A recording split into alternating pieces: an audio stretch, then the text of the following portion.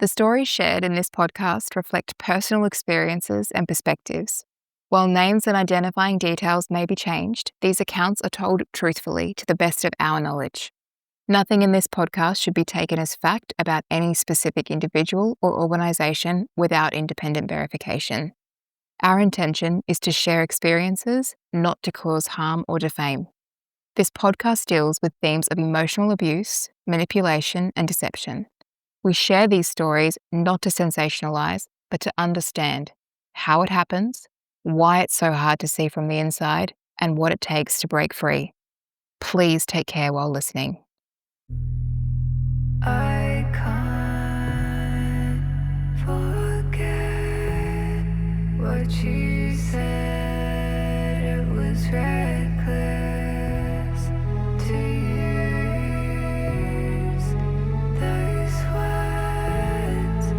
Now I'm stuck on you, and I keep having these dreams where you run away from me,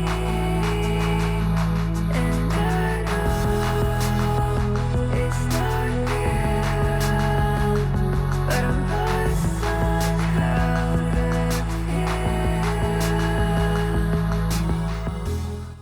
Over the last 8 episodes, we've unpacked fake cancer, Tom Hardy, sex work, drugs, lies, dissociative identity disorder, betrayal, and enough plot twists to justify a Netflix series.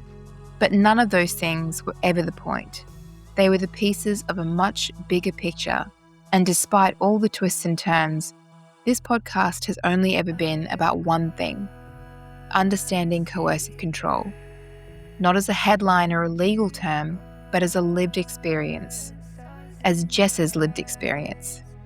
In this final chapter, we're leaving the relationship behind and we're talking about what came next.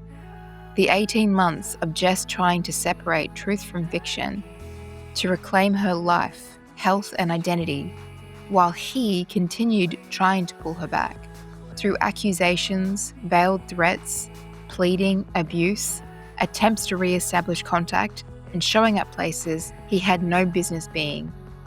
Healing wasn't something that began after it was over. It had to happen while she was still fighting to get free.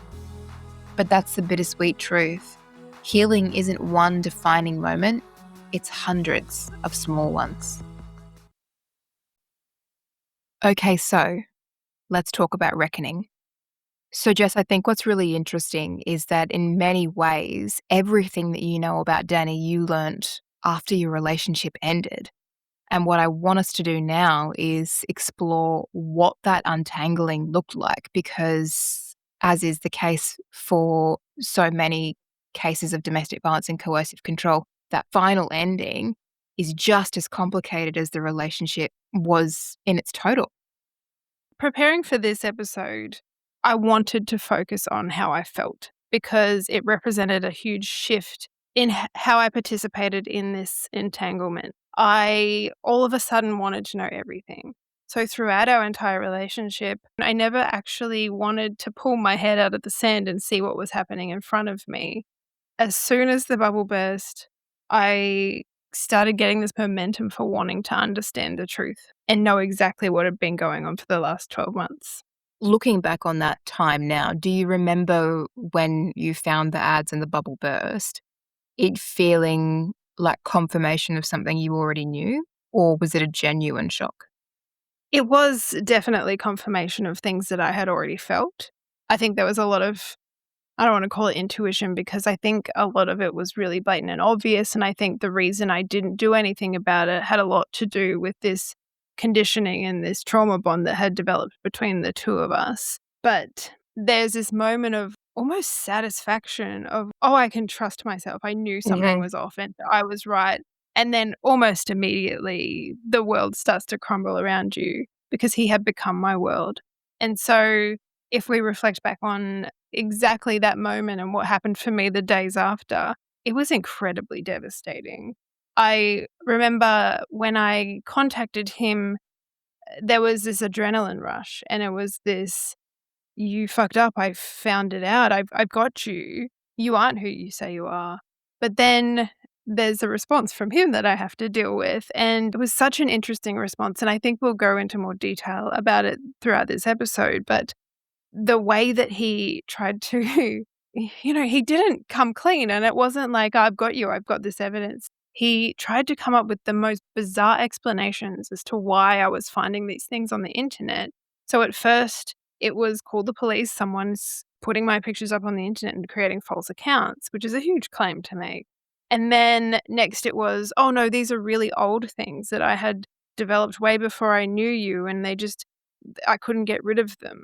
And then it turned into, I've done it because remember when we spoke about potentially being swingers and you said that we could create an account, so I just created one, but just with pictures of me because you said you couldn't possibly put your picture on the internet.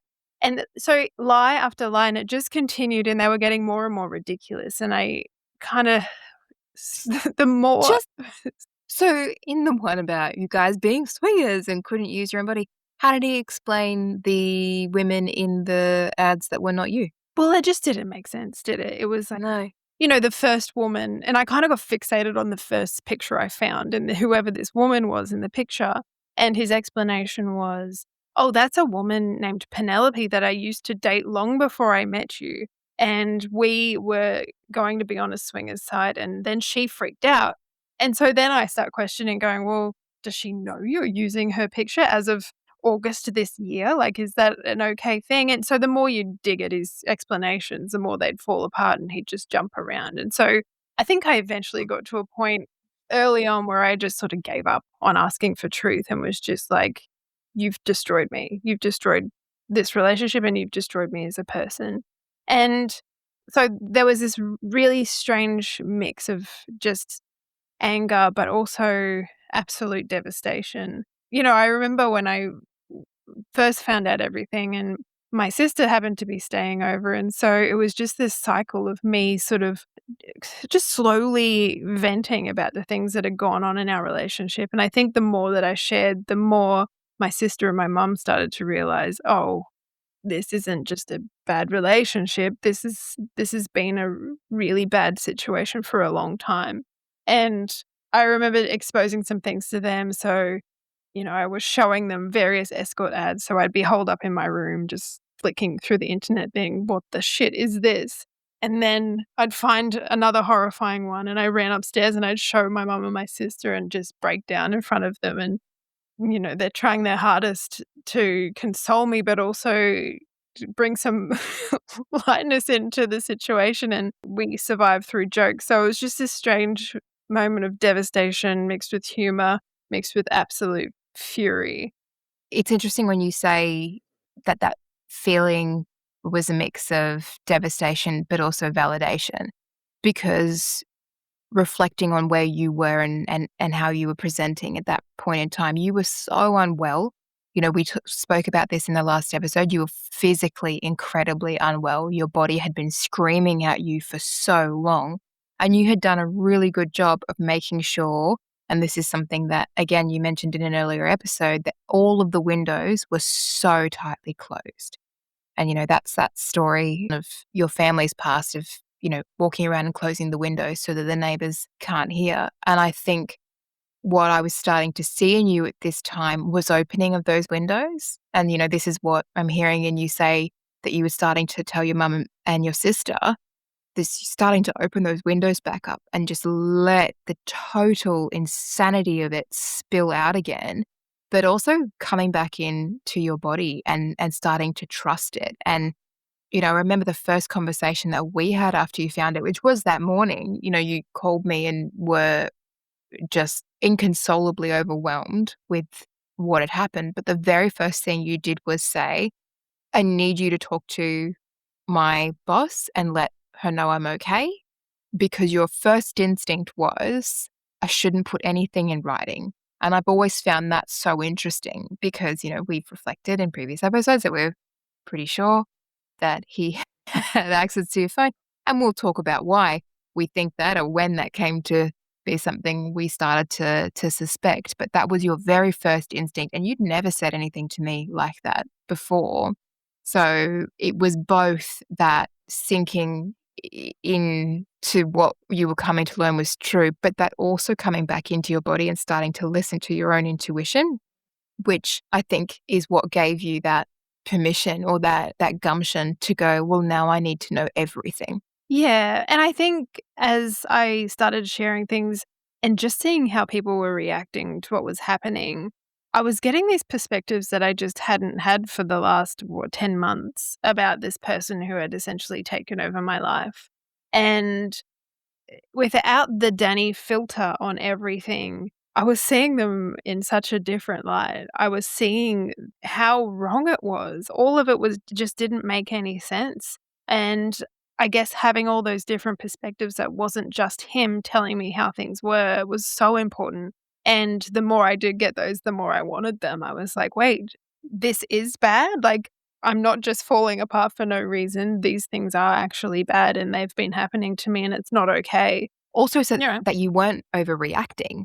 Truly, when you have been experiencing gaslighting for a period of time, you do start to not believe yourself and not believe your own reactions to things. And gaslighting is such an interesting term for me as well because Danny and I had a lot of back and forth where he would accuse me of gaslighting. He would accuse me of being the one to be pulling his reality out from underneath him.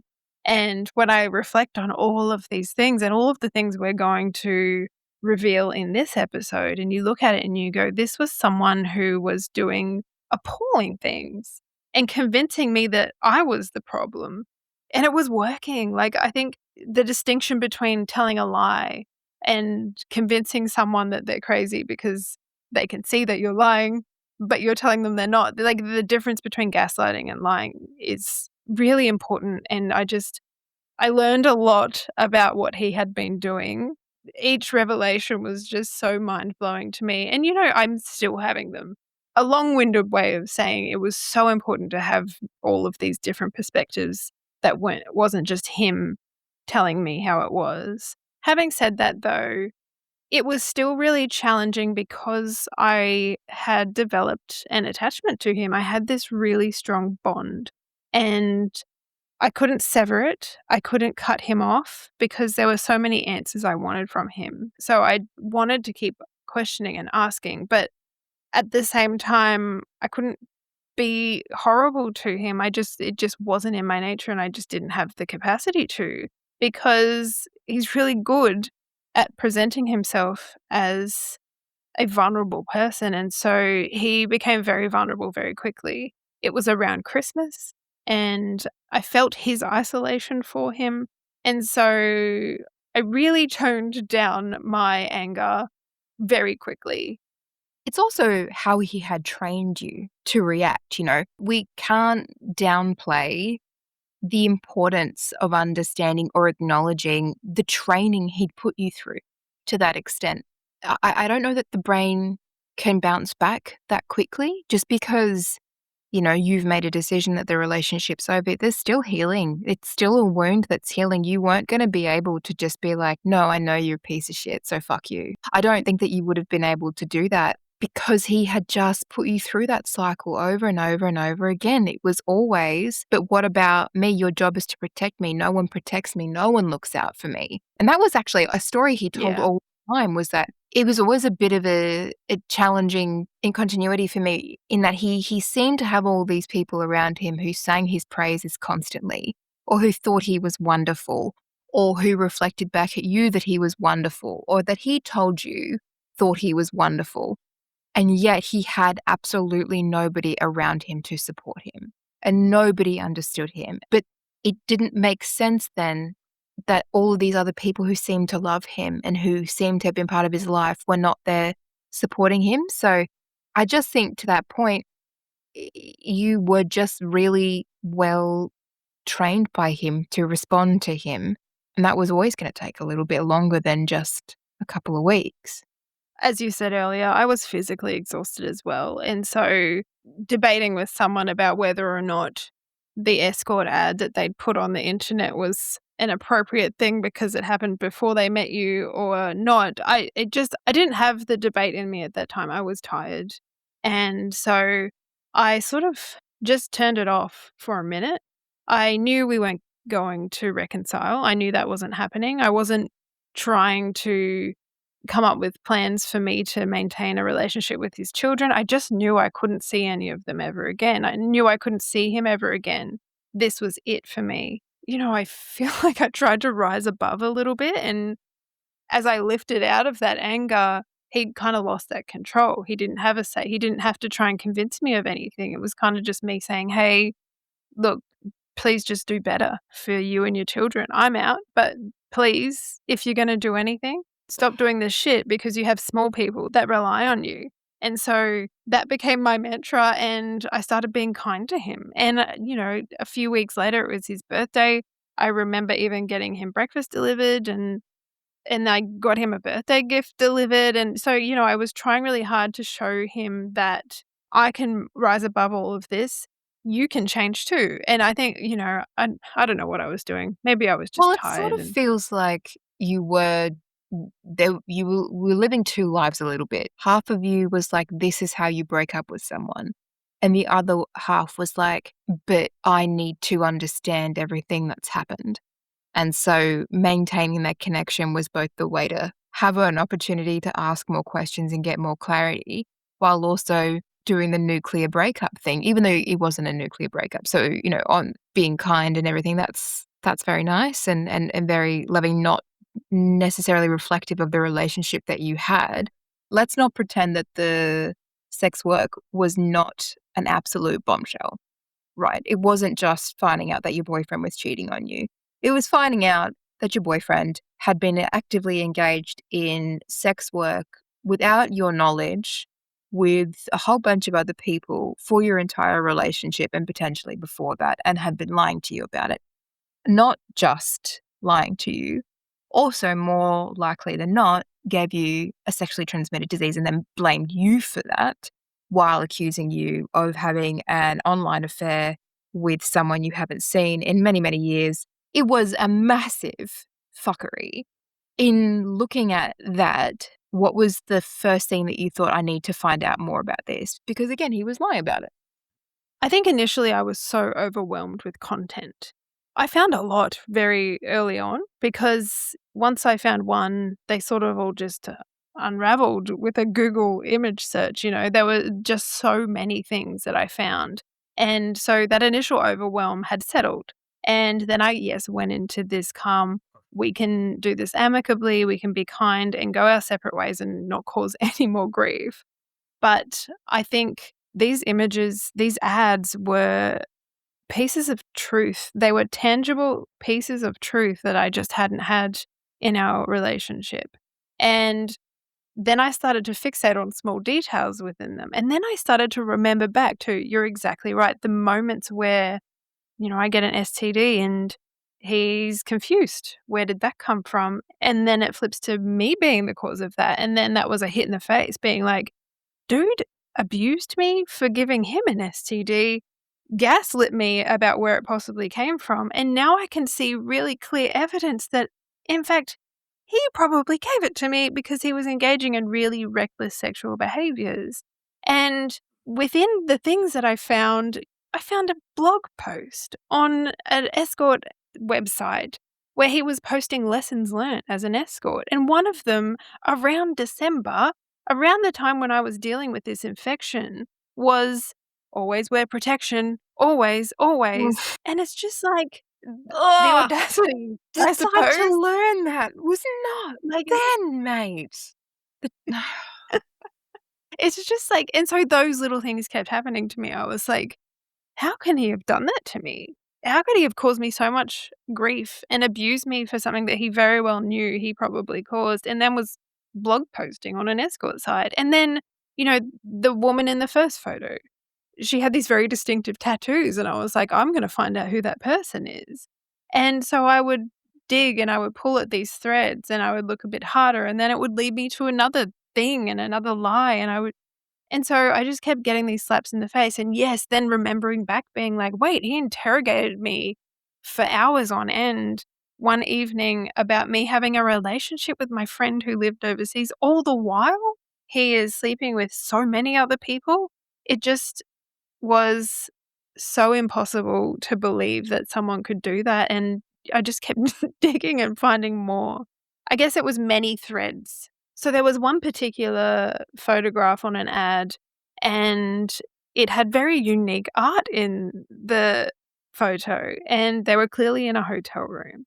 And so I found out who the woman was through the tattoos, and then I realized this, in fact, wasn't someone he knew before me. It was someone he was spending a lot of time with whilst we were in a relationship, and in fact, while I was overseas.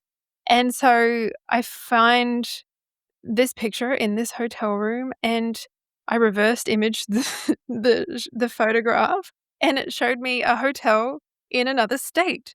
And then I remembered he went to another state in July during our relationship. So then I go back to July, and I'm like, "What was happening in July?" And he told me he had to go interstate to present at a work conference.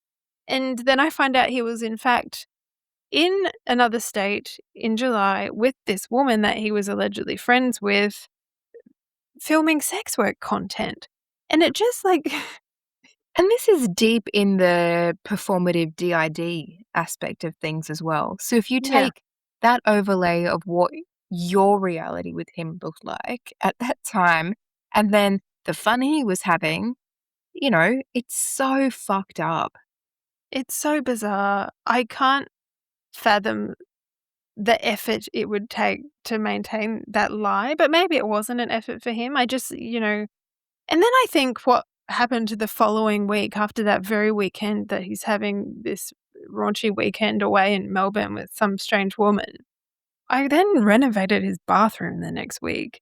It's just insane to think what was happening in our lives. And, his excuses would often be, down the line, "I did it because you devalued me." And then it sort of became this real narrative about, "You made me feel so shitty about myself that I had to go and do these things." And it was sort of this "look what you made me do" narrative that just took over because he couldn't lie his way out of a lot of these things. He swore black and blue that he never actually had sex with another person, that it was all just photos, and just because I see a picture, it doesn't I'm just assuming things from seeing pictures of him in bed with women, and one of them having a boot on his chest and another one with a meth pipe underneath her crotch. Like, I'm just making assumptions from these images. How did he explain the videos? And it wasn't just women. And to the point that you made just before about you devaluing him, what I would love to say out there into the ether is, I think the earliest timestamp that we found was what, March? February of February. 2024. He was still Yeah. dying of cancer at that point. Well, he was somewhat, I mean, just very recently diagnosed with This is it. cancer at that point. So, You were so early days in your relationship then. mm, It wouldn't have even crossed your mind in February to have called him abusive. It hadn't started yet. The most no. challenging conversation you'd had was about ethical non-monogamy and polyamory. And that's like that to pull on that thread for me right now. He asked that question in those early days. He put it on the table. You thought about it for a long time. I remember we talked back and forward. We've gone through it in an earlier episode. You gave your response, which was totally, totally understand it, but I just want one love. And his response was, all good, babe. Me Yeah. too. I'm not into that stuff. Why did he lie? That was Why? the And perfect platform for him to say, well, here is what I'm looking for. It's not like he hadn't been clear with you about the kind of relationship he didn't want, because he'd said in those early days of you getting to know each other that a major factor in the end of his relationship was sexual shaming, and that he was coming out of a very sexually restrained relationship and exploring his sexuality from that point, and he wanted to have that spirit of openness in the relationship. He set it all up. He asked you the question, you gave your response, and then he agreed with you. And I just cannot understand why he lied. If this is what he wanted to do, why didn't he just do it? this is the question that I have been asking myself over the recent months, is why? Why bother? Mm. It just, to me, seems like a lot of effort, to be honest. The lies and the manipulating. It just all seems like a lot of time wasted when really, he could have just settled for the other stuff that he wanted to do and left me alone. It's really taken me a long time to understand the concept of supply, but people talk about the supply for a narcissist and what that means. And I think this is probably the best grasp of why that I'm going to find, but I was some form of supply for him. And other people were serving other needs and other supplies for him. I've often reflected and gone, what was the appeal with that person? And what was the appeal with that person? And it didn't matter who they were or what they looked like or what they did for a living or how funny or smart they were. They were providing him with something, so he kept them around. And I Mm. assume I was providing him with something. And whether that something was love and adoration or whether it's just because I did admin for him and cleaned his house, maybe, I don't know. But I think it was just this supply that he thought was worth the effort, and so he held on to it. A lot of his behavior the following year after our relationship ended didn't make a lot of sense to me. He tried really hard to keep pulling me back into this relationship, and I think that's when it got really hard for me because I was trying to be peaceful and have an amicable separation. He just wouldn't allow that to happen, and he kept always bringing it back to, "You're stopping us from being together. We should be together. Why are you stopping us?" And that, we're forever loves, and I'll love you forever, and he tried really hard to keep pulling me back in, and I knew that was never gonna happen. It could ne My mum has seen far too many parts of his body for me to ever be in a relationship with this man because of the ads, not for any other reason. But I but not only that, I had realized, how abusive this relationship had been, and I didn't really push that with him. I don't think I said to him, "You have abused me for the past 12 months." I eventually got to that point, but early on, I just didn't see the point in reflecting that back on him. I knew it wouldn't be well received by him. I knew he couldn't swallow the fact that he could potentially be being accused of being an abuser.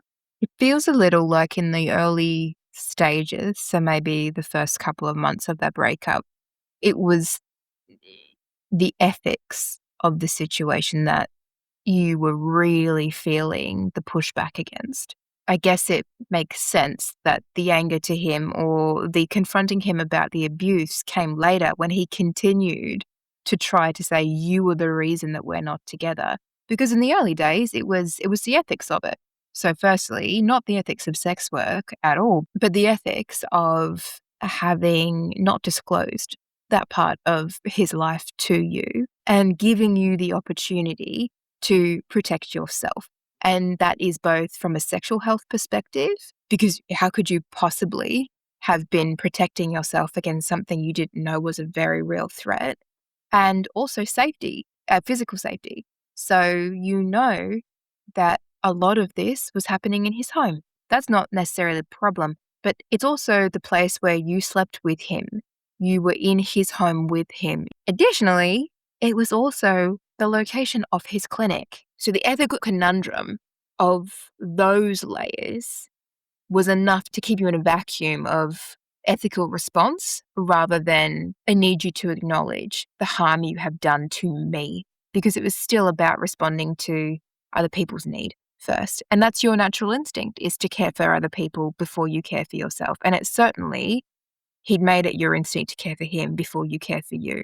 Yeah, I'll never get over the duality of locations is what I'm going to call it. You probably could have just picked a different location for those things, because there's something that just doesn't feel right about both of those jobs taking place in the same place. And, you've spoken about seeing very strange things in his clinic, including an enema device, including bras and various things in his clinic. So, I mean, I don't want to say something I can't prove, but just feels pretty gross to me that all of these Yeah. things are happening at the same time. It feels like a violation I can't quite explain. There are a lot of things we can't say out loud, but there are a lot of ethical concerns about what happened in that home. And touching on what you said earlier about my ability to know and protect myself, it is a matter of informed consent. And I did not have any, because I was in a relationship with someone who was lying about everything. And so the really obvious part of that is my ability to protect my physical body. And I didn't have it. And I did get an STI and an ongoing infection because of it. That infection lasted for a good 8 to 10 months. That was a long infection that I had. And it was causing me a lot of grief. And so after the relationship ended, I'm physically exhausted. I'm recovering from just pure adrenaline running through my veins constantly, and I'm just exhausted and sleep deprived. And so I'm recovering from all of these aspects. And then I have this infection that's going on. And then I still have this ongoing engagement with him where I'm trying to stop him from falling apart. I just wanted him to be better.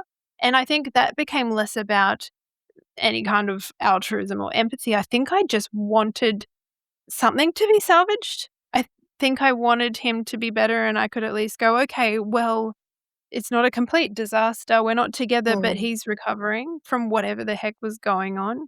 And so as we continue talking and he keeps pushing and trying to get back together, essentially, I started getting more and more frustrated, going, why can you not just let this be an amicable, peaceful split? Why must you continue the insanity?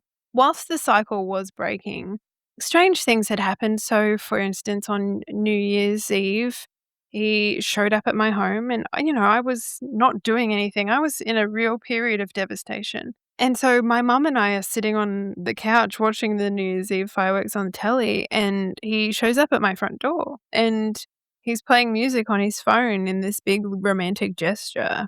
And I just panicked. I didn't want my mum to talk to him. I didn't want to talk to him. So I remember I sent him a message being like, you cannot be here. And then, a few months later, after trying to sort of convince me that I'm getting in the way of forever love, he started escalating his vulnerabilities, I guess. He started playing into this, I'm really unwell. I need you to help me. And there was one instance where he all of a sudden shared his location with me on his phone. And then, no explanation. He just did it. And so I didn't want to ask or inquire. I didn't want to open up any cans. And so then next minute it's showing him at the hospital. And so I'm looking at this location going, "Oh, he's at the hospital, okay." And then I get a couple of missed calls from no numbers. And then I start getting more curious and I'm like, "Is the hospital trying to call me?" And so I just ignored it because, I'm not the only person in his life. He's not gonna die without me, and he's at a hospital. He's at the right place. So what more could I do? I'd keep checking in because of curiosity on this location, and it would sort of like be at the hospital 1 second, and then it would jump 20 kilometers away, and then it would come back to the hospital. And I was like, this is so strange. And so I looked up on the internet and found you can actually get apps on your phone that bluff your location. So it'll change where you are. So someone thinks you're somewhere you're not. And so then I just messaged him and I said, are you trying to show me that you're at the hospital? And he was like, what do you mean? What are you talking about? And I was like, well, you shared your location with me and it's showing you at the hospital, but it keeps jumping. And so I just said to him, do you have an app that's changing your location, arbitrarily putting you in different places or trying to show you at the hospital? He was like, I was trying to hide that I was at the hospital. I wanted you to think I was elsewhere. And I was like, well, why would you share your location with me? If you don't want me to know you're at the hospital, don't share your location. So it's just very strange behavior like that. And then he's kind of, Also, the other location was a resort. So he wasn't at a resort alone. well, interestingly, he had referred to Roxy having to come and rescue him because something really bad had happened that led him to be in hospital.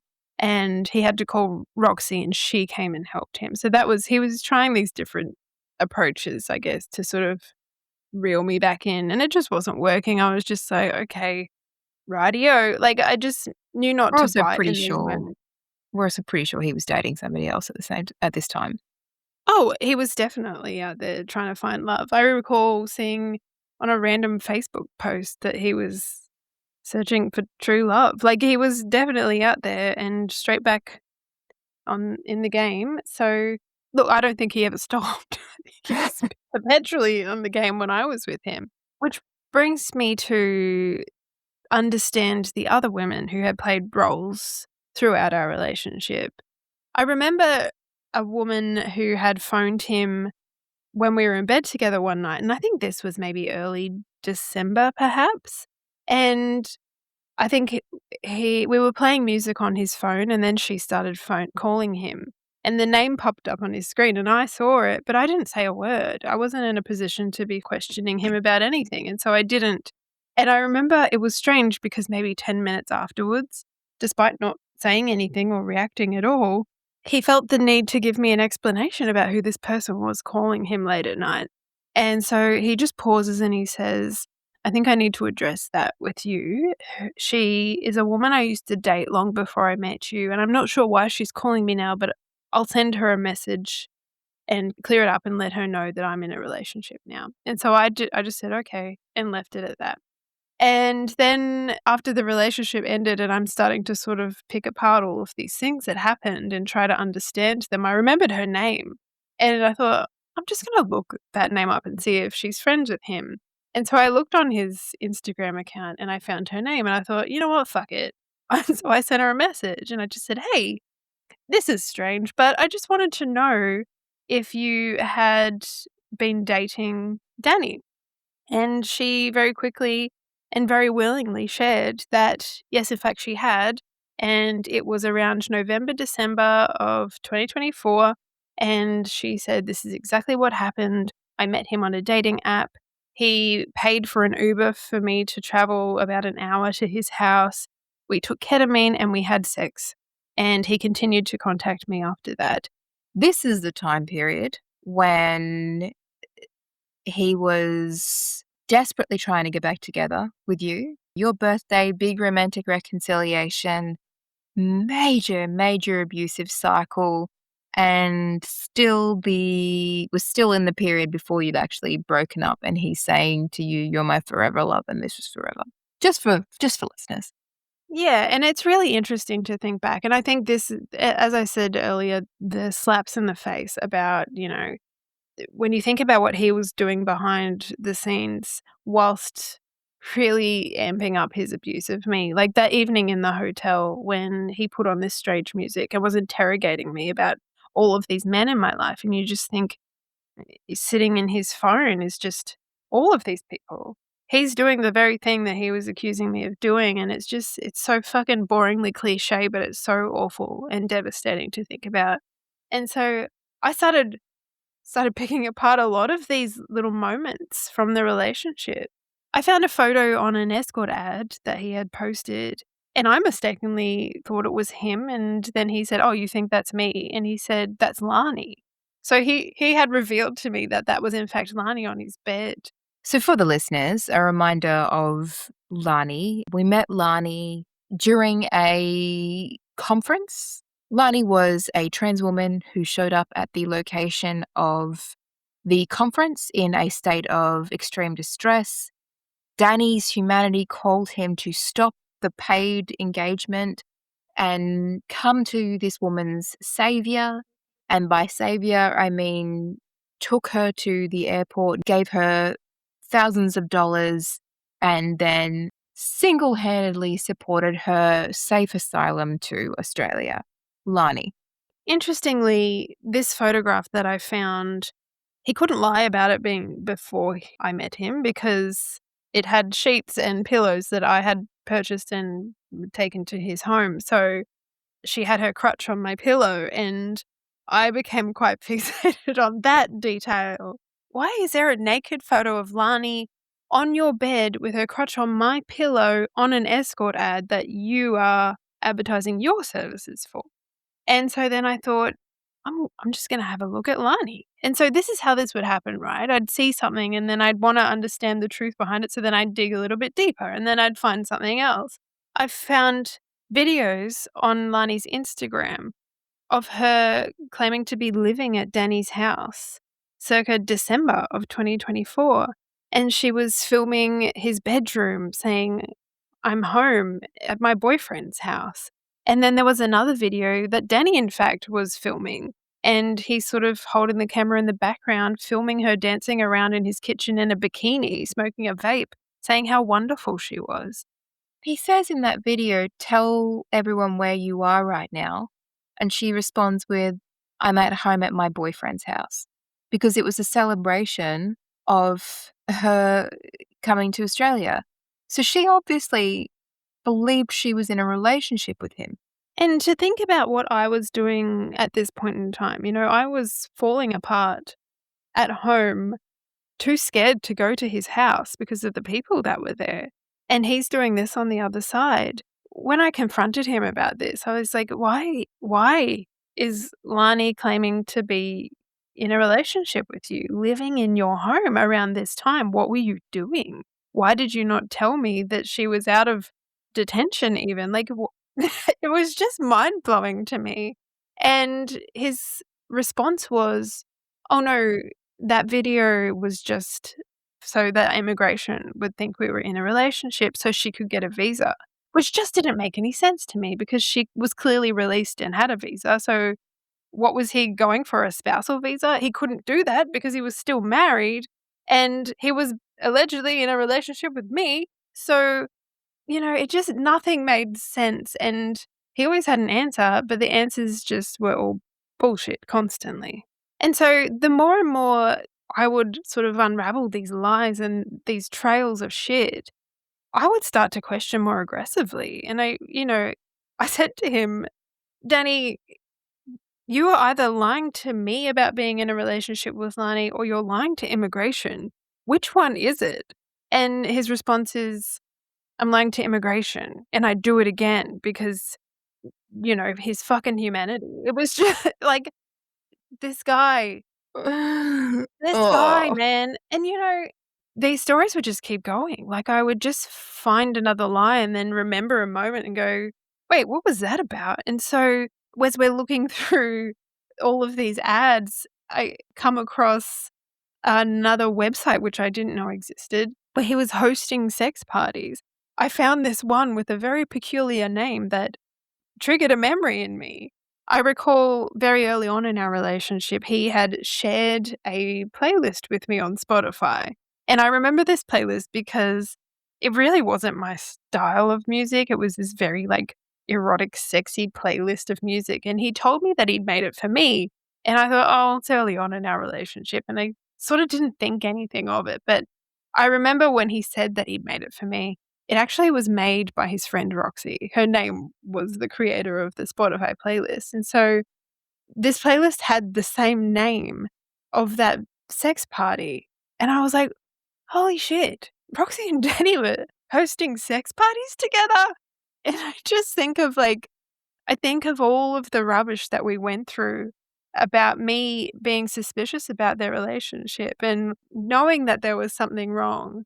And I was right. I very well was right. There was something wrong. That wasn't okay. And then, I dig into Roxy and I have a deeper look at her and I see she's got love poetry on her Facebook about him around June of 2024. So it was just this constant unraveling of going, oh, that's what that was about. Should trust Yeah. your intuition, Jessica. I don't think I had any hope within even if I had found these things out during our relationship. I often wonder what I would have done if I'd found out about Roxy and sex parties. Would I have ended the relationship? I don't know. But I he had, again, though, in all of these situations, if you look at them through the lens of just romantic betrayal, who knows? Who knows how you might have reacted if you'd found out at the time? Like if you'd found out in April about the sex parties and Roxy, taking everything else out, I don't know, maybe you would have walked away then. But it wasn't just that, because around that time was when he was dying of cancer.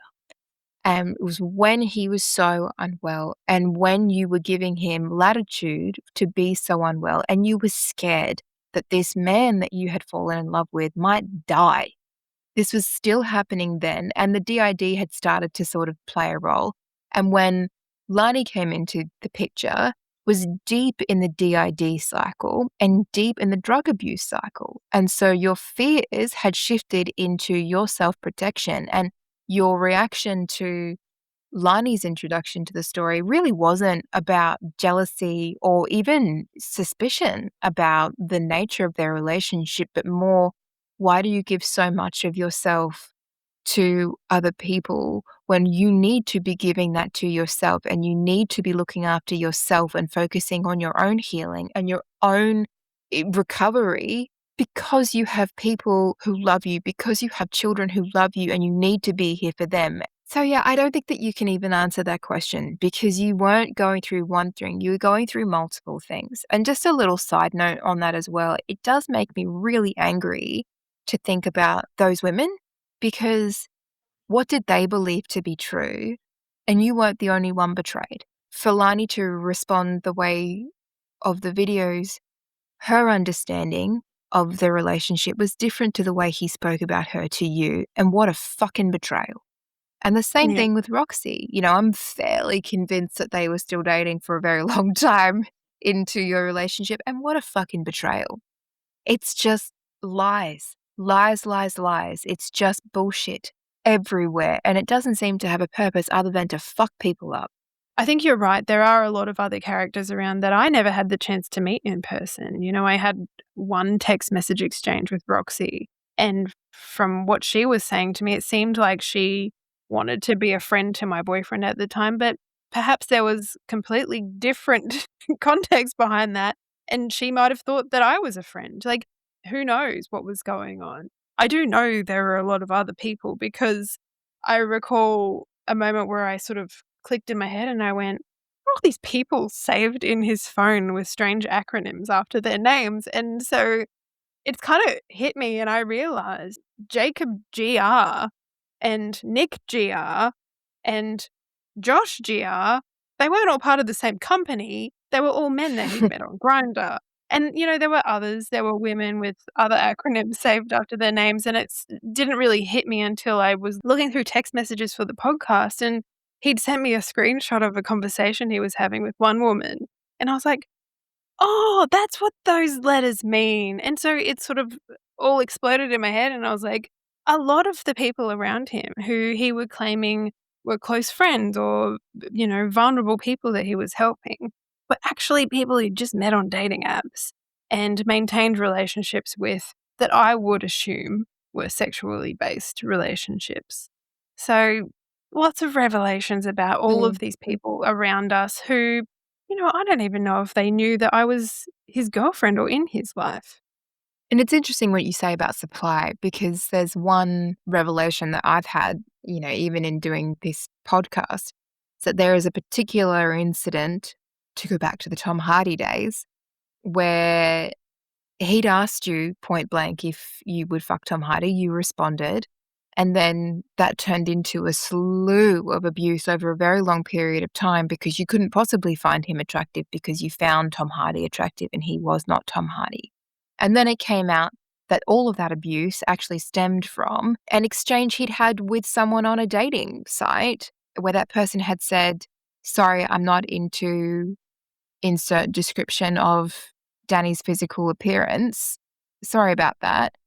And he had said that your agreement that Tom Hardy was fuckable, I mean, come on, can't use a different word, it was confirmation that this person was correct and that you shared this person's sentiment, and you had triggered, by your response to a very innocuous question, the hurt he had felt from this person, when in reality, it probably wasn't someone he was talking to long before you on a dating app. It was probably someone he was talking to on a dating app while you were together. So not only was he talking to lots of other people, but he was then verbally and psychologically abusing you for what he didn't get from those relationships. That was a particularly hard pill to swallow. A little bit of context. The text message exchange that you're talking about that he showed me as evidence of the injustice that he faced in the world, and particularly the dating world. And this was around the time where he'd been questioning me about my dating history and the different men that I've dated and where they came from. And so when I think back to this time, yeah, you're so right. He was in real time on a dating site, getting rejected from other men and then taking it out on me. And these are things that I don't think my brain or your brain or a lot of brains in the world could ever understand happening. But I think in those moments, I think he felt real hurt, and I think he felt justified in his abuse of me. I think that there can't be any other answer. To come back into the timeline, now is also when you started to notice some pretty concerning behavior on his part through social media channels. There were a lot of moving parts throughout this period. There was me trying to maintain some kind of relationship with him, me also making all of these discoveries and realizations and drawing lines back to things that happened in our relationship and having these realizations. And I didn't want to keep asking him to give me the truth, but I was kind of trying to, because he's trying to convince me that we should be back together. And I'm like, but what about this? But what about this? What about this? And, he's promising me evidence and I've got the wrong end of the stick. And if only I'd let him explain to me properly. And I never got good explanations and I never got good evidence. Next to all of that was this unraveling of him, this performative unraveling, I think, in that he was getting more desperate to pull me back into the relationship. And so with that, I think he realized telling me the forever love is there and we're meant to be together wasn't working, and saying that he needs me and, that really wasn't working. So he had to amp it up. And I think he went, I know what I'll do. I'll tell her she was right about all of these people and some really dangerous things are happening. And so he started escalating that. And he would send me, cryptic messages about he realizes the truth about all these people now and that I was right and that they're all there to scam him and they've taken all of his things, and sort of suggesting some kind of coordinated network of people that had moved themselves into his life, drained him of all of his resources, and now that he had nothing left, had dumped him. And so I was getting these really strange paranoid rants through text messages from him, saying like, I've got files, and then telling me to delete everything and that he's got videos and he'll give it to this person, he'll give it to the. It was just bizarre rants. But they were also quite concerning because as much as I can say that they were performative, I didn't know what was going on in his life. I didn't know what was going on in his life when I was with him, let alone now. And so I started to get really concerned about some of these behaviors. There were other things, like you say, his social media, he didn't use it a lot in our relationship at all, and then after the relationship, it suddenly became this outlet for him to talk about how he felt about our relationship, and so there were some borderline salacious claims put up on his Instagram, and at first I sort of ignored it. He wasn't naming me, but he was talking about the things that had obviously happened to him. It was very clear that he was going through something, and so these posts kept getting stranger and stranger, and then just after I'd left him, he told me he was going to start writing as an outlet, start this blog. And so he did. He started this blog, and it was sort of this story, I guess, representative of our relationship. And it's just so strange to think about the mind that wrote these blogs and then the reality of what that mind was doing. But there's sort of these idealized scenarios of these minor conflicts that we'd had in our relationship. So, for instance, the Tom Hardy stuff, and talking about how they resolved the problem, and he was working through it really healthily, and she was very gentle, realizing that she loved him wholeheartedly, and so strange. He also, one of the characters in the blog was your dog. And the way he wrote about the dog as being the ultimate wall he had to break down between you and him, it was like he was using your dog as the metaphor for the barrier between the two of you. And if he could just win over, I can't remember what he called your dog, but if he could just win over the dog, then, he'd really prove to you. While also comparing you to a relationship he'd had prior, which had far more healthy conflict. And, she was far more similar to him. And, despite her feisty personality, their conflict style was so even and much more healthy. But you were the one he wanted. And if he could just tame you and help you to have a more secure attachment style and to trust him more, and if you could just get your dog to love him, it was so weird.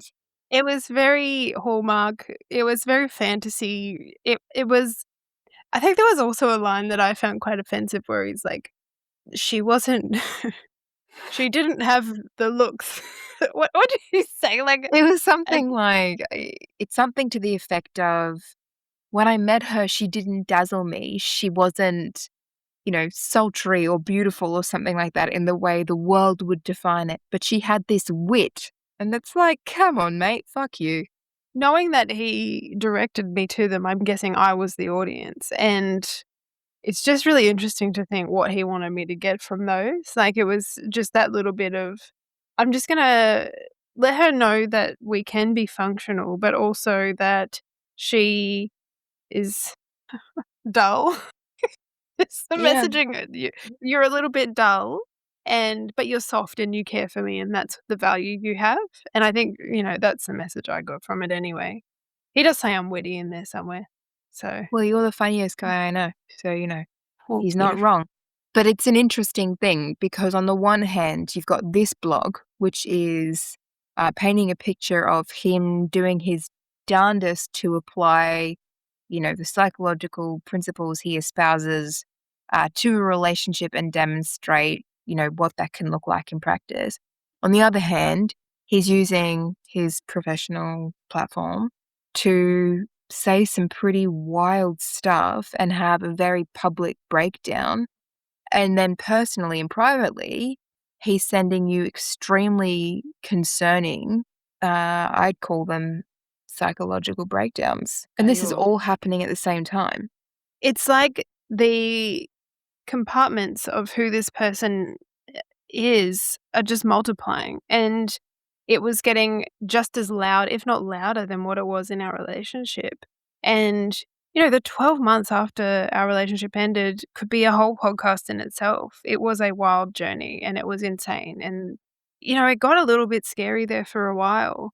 And the more he escalated this, the more I don't even think it was necessarily me. I think it was people around me were starting to get really concerned because the difference between then and the time in our relationship was a lot more people were aware of what was happening. Real concerns started coming about. And so I think, I recall having different conversations with different people about what should I do in these situations. Some people were like, you need to just cut it and get yourself away from it. Protect yourself.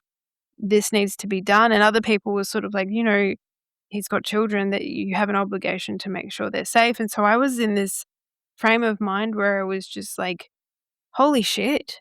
I was afraid to go to this person's house for the last few months of our relationship.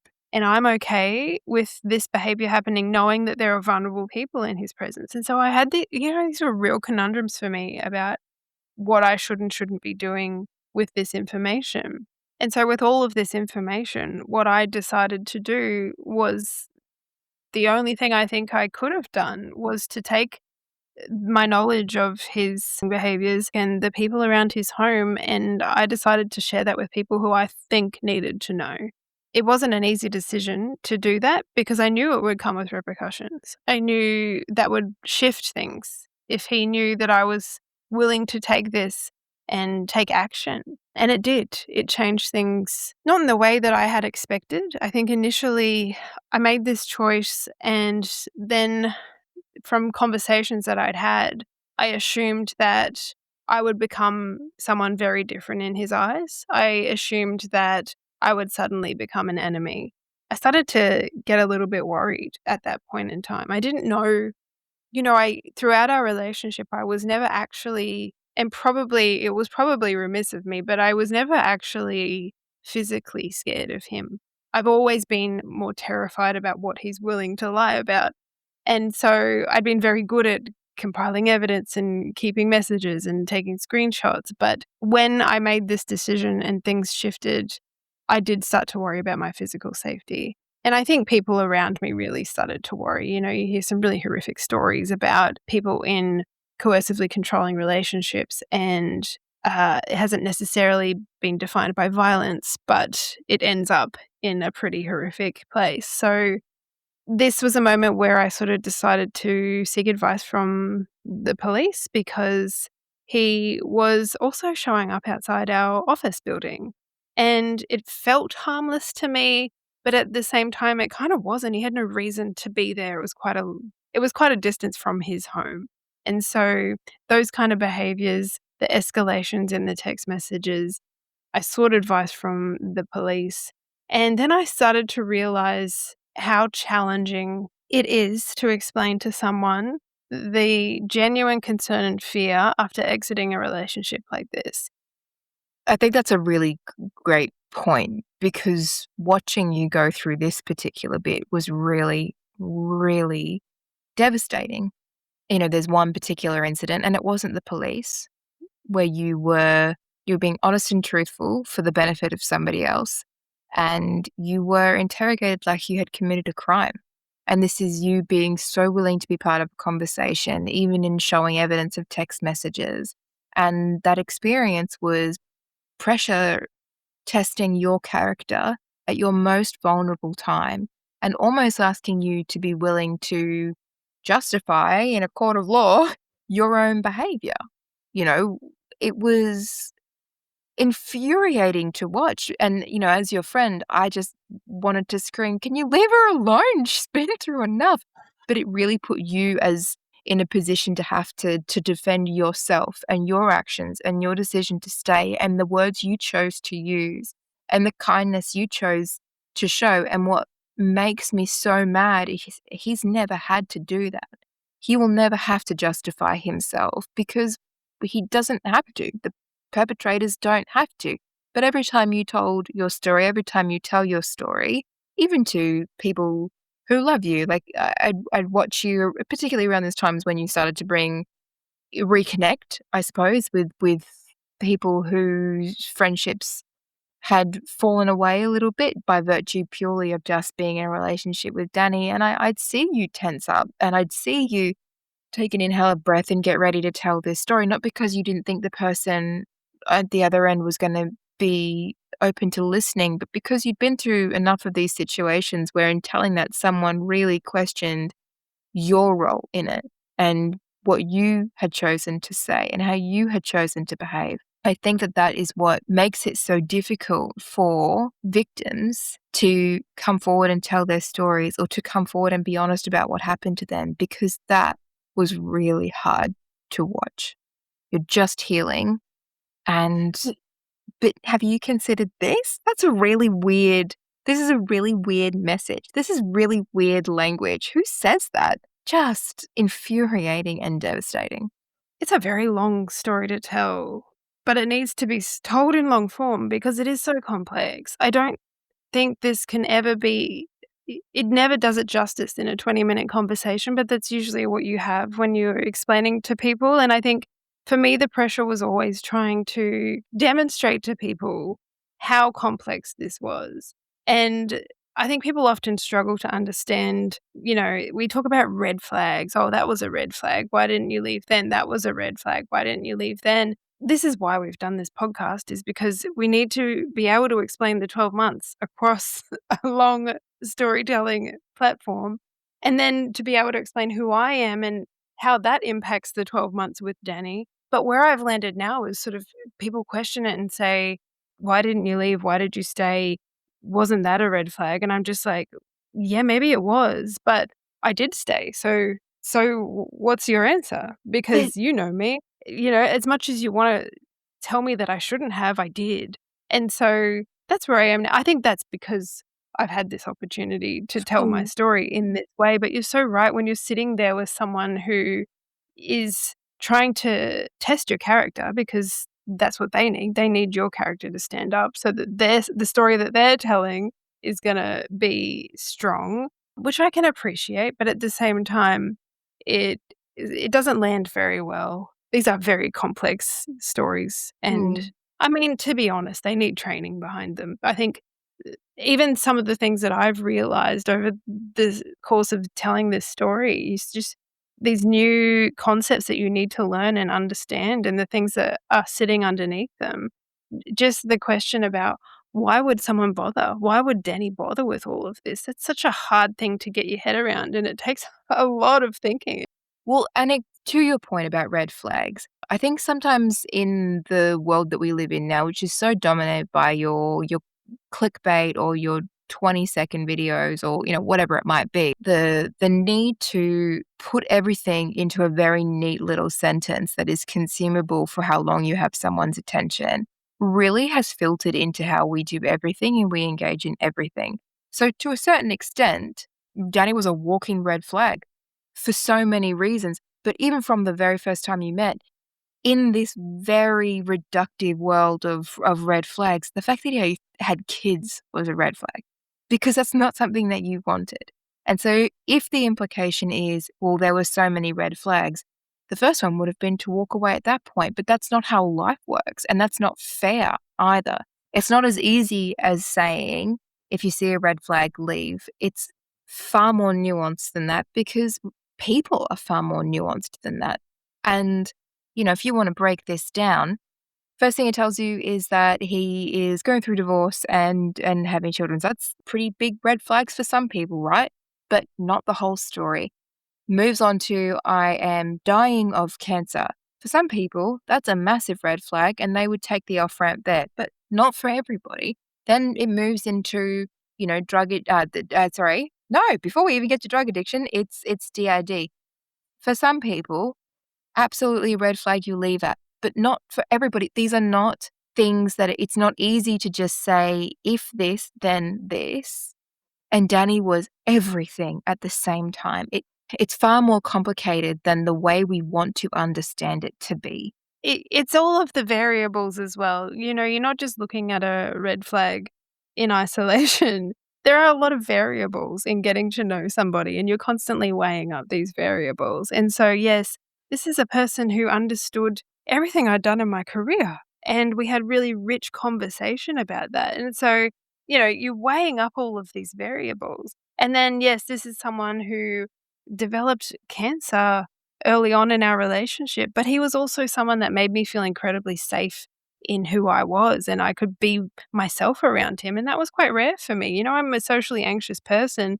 To be able to sit next to someone and feel comfortable is a huge win for me, and so constantly weighing up these things. And then you need to remember this is someone who is very manipulative, likely presenting small red flags to test me, to see how I responded. Like this is the dynamic that we're working with. It is incredibly complex and complicated. It's not just a matter of, we're listing out all of these horrible things that we've discovered now, but they didn't present themselves in that way during the relationship. They were amongst a whole lot of reward and love and slight punishment and this conditioning that was going on. And that's the complexity of coercive control. It's not simple. There's nothing simple about any of this. And bringing up the police and lawyers and people who work in the sector who have to engage with people who have been in these kinds of relationships is not about criticism of their efforts. I think there are so many good people out there trying to do good jobs. I think it's just a reminder that we need to be aware that humans are complex, and so human relationships are always going to be complex.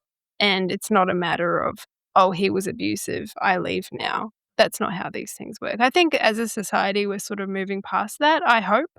And maybe that's just me because we've been absorbed in this world for the last 12 to 18 months. I'm probably so wrong about that. Well, maybe if I can just disagree with you for a second, I don't think we're getting better at it at all. I don't think it's changing at all. I think it's that we are hearing more stories that are changing the way we understand it. And there is a glass being shattered about who this happens to and why it happens to you. And that's not a gendered conversation. That is a very, very non-gendered conversation. It's important that we get better at listening when people tell us what's happening to them.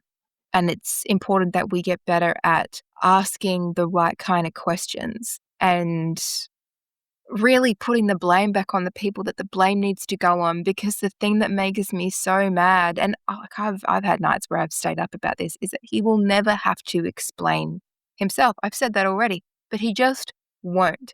And again, he's not the one who has to explain the fact that he lied to you about a terminal cancer diagnosis. And there are people who, over the last 18 months, have come to you very innocently and said, hey, Jess, how's your partner doing? Because they don't know the rest of the story. And that's put you in a position where you've had to say, oh, yeah, that was a lie. He wasn't dying. Or and what's crazy about that is that in that moment you have two choices. You can be really frank and say he lied to me that he was dying of cancer, or you can lie yourself and say, "Oh, so much better, thank you," and exit that conversation right there. It puts you in the position of having to explain him and his behavior. And in the telling of your own abuse story, you're the one who is having to explain what he did to you. The onus is always on the victim to explain and to justify or to ask for empathy. It's not just given. And it is wild to me that it continues to happen. There's a cause to say, he seems to be such a compassionate person. If only he'd just turn that compassion in on himself. That's a really easy thing for someone who's trying really hard not to listen to what the actual problem is to say. But it's the victim's job to say, you're seeing what they want you to see. Let me tell you the whole story, which makes you incredibly vulnerable. At the same time, you're the one who's thinking, now that I've told this bit of truth, maybe I do need to have a conversation with police. Maybe I do need to talk to my work and say, hey, here's what's going on with me while I'm sat in a meeting room, on a Teams call with a HR manager talking about what safety can look like in my building. You're the one who has to work out how to have a buddy system to get to and from your car each day so that that can be safe for you, because he was showing up at work and you didn't know what that would look like if he followed you back to your car in a dark car park and got in. And it doesn't matter whether or not you were afraid of him physically during your relationship. It still happened that you had to do those things. And he's just off living his life. And there is some cause to say as well that your choice to do this podcast put you in a very dangerous position of telling truth. But it was your story that was told, not Danny's story that was told. And that your choice in doing that also could be taken as not taking your safety seriously. So you had to choose whether or not to advocate for yourself and for victims like you, or to protect Danny. I can't find the justice in it. I think you've just articulated something that I have been feeling for a very long time. It's really challenging to explain, one, how long it takes to realize the extent of the things that happen to you. So, you have the aftershock of this relationship, and then I have the noise of trying to sever this connection, this tether that I have to this person, and it's very painful and it's very hard. And I really had love feelings for this person. So I'm not only dealing with exiting an abuse cycle, I'm grieving the loss of a love. That hurts in the best of cases. It was shit. But then, you have people around you saying you need to move on. You need to stop talking about it. You need to get him out of your life. But then I'm starting to unravel all these lies. And then I suddenly have this need for truth. And so this takes time. And my body was still recovering. And so you're so right. There are many moments in the recovery cycle where you're sort of kicking yourself for taking so long. And I think there were so many times I reached out to you and I was like, I need to just get over this. And you're like, it's not going to be a linear process. It's going to take time. And I think sometimes when you have the people who ask the questions and you can see I speak for 5 minutes too long about it, and I can kind of see the eyes sort of starting to go, please stop talking about this. And so then I do get really locked up and I want to get out the most important things and share the most important details so that they understand the the extent of what I went through with this person. At the same time, there's a part of me that, if someone asked me how his cancer's going, I sometimes think I should probably just say, "Oh, he didn't make it," and leave it at that. But, I don't want to give him an easy exit from what he did. And so, yeah, it's Mm. just, and then there is the element of when you finally get your head around this fucking dossier of shit that he did to me and the things he lied about, and then I go, do I have a case? Because this person caused me harm. He caused me Mm. great harm. He caused me physical harm. I spent a lot of money on therapy. It cost me lots of money. I had to spend money on going to specialists because of this infection that I had. Like, just financially, he was a drain on me. He owed me money because I stupidly decided to pay for legal fees for him. And at the same time, this was after our relationship ended, and then he asked if I'll give him a character reference, and you're like, my brain couldn't fathom the person that had just done all these things to me asking me to pay for his lawyer and give him a character reference, and then I had to deal with the consequence of making that choice a few months later, and I hated myself because I was like, "Why did I do that?" And then the empowerment comes in and you're like, "I want my fucking money back." Lots of Well, things that was a happened. great day.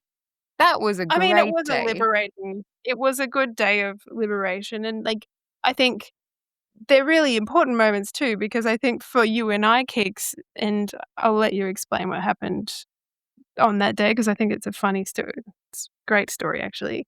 But moments like that were like, I have someone by my side who is in it with me, is not asking me to hurry up, and is in fact saying, "No, let's get justice, whatever that looks like for you."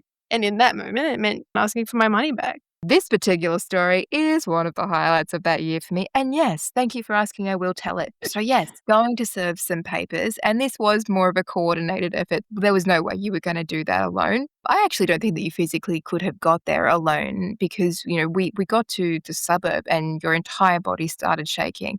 But there was a lot of people, I think, who would have liked to be there and for various reasons wouldn't. And I got to tell you, I probably would have been like, no, sit down. I'm doing this one. This is the one that I want.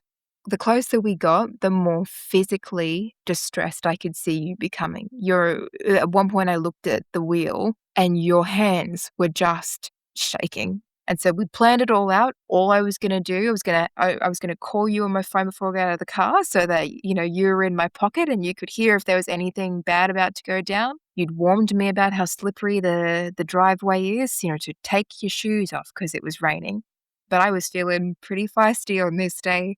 And, my little pink cardigan as I'm like trudging up the driveway. And you had let him know that you would be bringing these papers and some things that he'd left at your house. So he was expecting you, I think.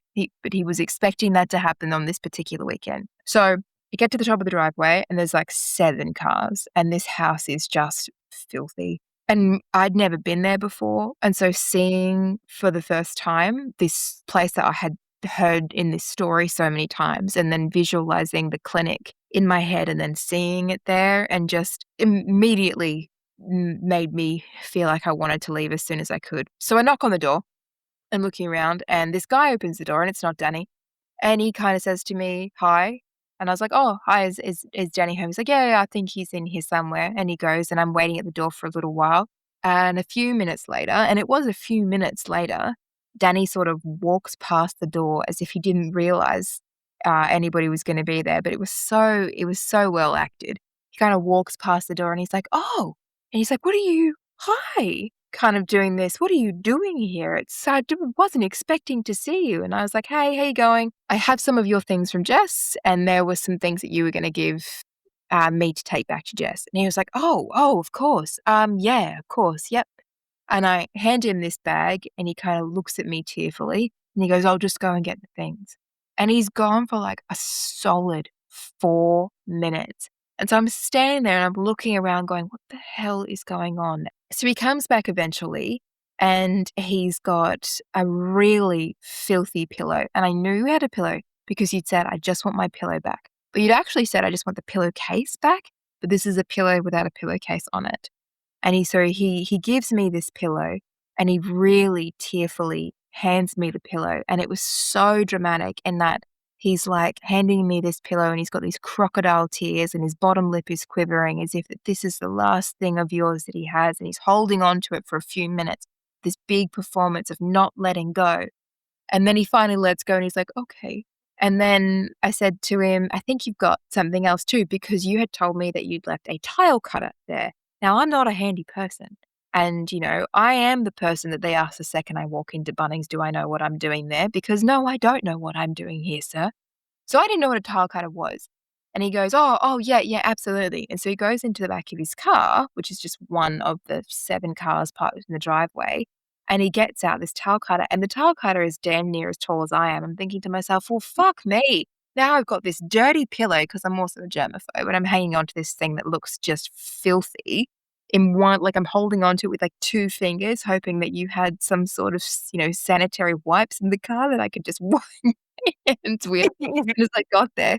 and this tile cutter that's literally above my shoulder, and it's raining, and you'd warned me that the driveway is slippery, and I'm thinking to myself, well, I don't want to fall down the fucking driveway and this power move I'm on. I take the thing, and he's like, oh, are you going to be okay? Do you want me to take it to the car? And I was like, no, I don't want you to take it to the car. I've got it. And he's like, is your car one of these? And he sort of gestures around his house.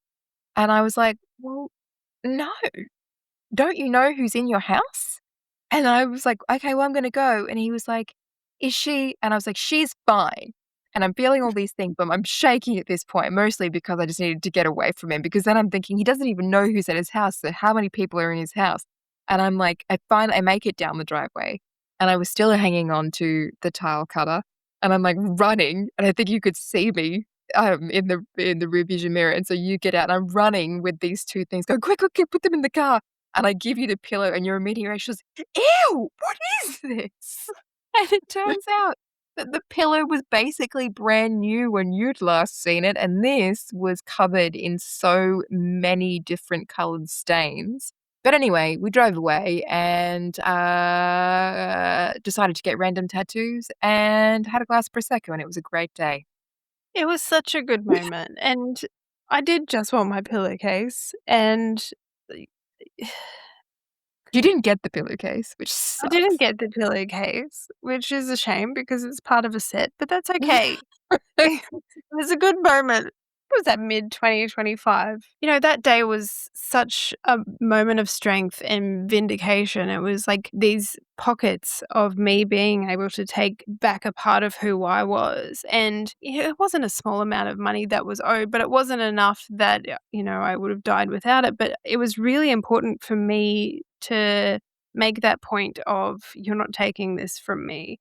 Even just the fact that I'd asked for this money back and I'd done it formally. And then he's like, I'll give it to you when I can. And so he started giving me these repayments at his leisure, but each payment would require me to reach out and contact him. And so he just turned something like that into this way that he could control me again. This shifted into another strange dynamic where every time I'd reach out and say, hey, you're going to pay me back, he'd take it as an opportunity to open up a dialogue. Around this time, a friend of mine who I hadn't had contact with since just after I'd met Danny, so it had been a couple of years that I hadn't spoken to this person, and out of the blue, they reached out to me and said, "Hey, how have you been? What's been going on?" And they knew I was in a relationship, and they sort of started questioning me about what had happened, and, by this point, I'd been telling people the story, and I was getting quite blunt about what had happened, and so I essentially gave him a Cliff Notes version of what went down, and I said it was pretty awful, and, I'm still trying to figure it all out in my head. And then not long after I received that message, I'm contacted by Danny, who's suddenly questioning me about my contact with this person. I was flabbergasted about how he would have known. I wasn't expecting to be contacted by this person, so how on earth would Danny have known that it had happened? And, he sort of alluded to them having mutual friends and that I had essentially defamed him and I shouldn't be sharing my story with this person because he's since shared it on and now it's come back to Danny. But there was no way that that could have happened. They didn't know each other. And so then I started getting really paranoid and I was thinking, oh, has Danny asked this person to contact me? Are they colluding? Do they actually know each other? And so I Didn't he questioned tell Danny you he about had it. a vision? He did. Well, I questioned him enough about it and I was like, the detail that you understand about my conversation with this person doesn't make sense about, if he had just told a mutual colleague, then surely you wouldn't have had all of this fine detail. And he sort of conceded and said, I knew because I had visions. I started to really panic and worry about my privacy. What did he have access to my phone? And so this started this spiral of paranoia and I started checking, all my accounts. I changed all my passwords and I had a look at my Instagram login history and I could see that my Meta accounts had been logged in from another location, which was where Danny lived. And so put it together and it seems like he had access to not only my text messages, but my Instagram account and my Facebook account and my Meta VR account. And I just started to really panic at this stage about the seriousness of his behavior. And I think this was the moment where I realized, one, our ongoing communication was not serving me. It was leading to me just consistently trying to get him to concede and give me some kind of truth or explanation or evidence that I was wrong or whatever he kept promising to give me, because he had never admitted to a lot of the things that I know he had done. What kind of things in particular? Well, for example, to go back to Laura, the girl who had allegedly destroyed his life and was out to get him, he had given me a police statement as evidence of all the things she had done to him.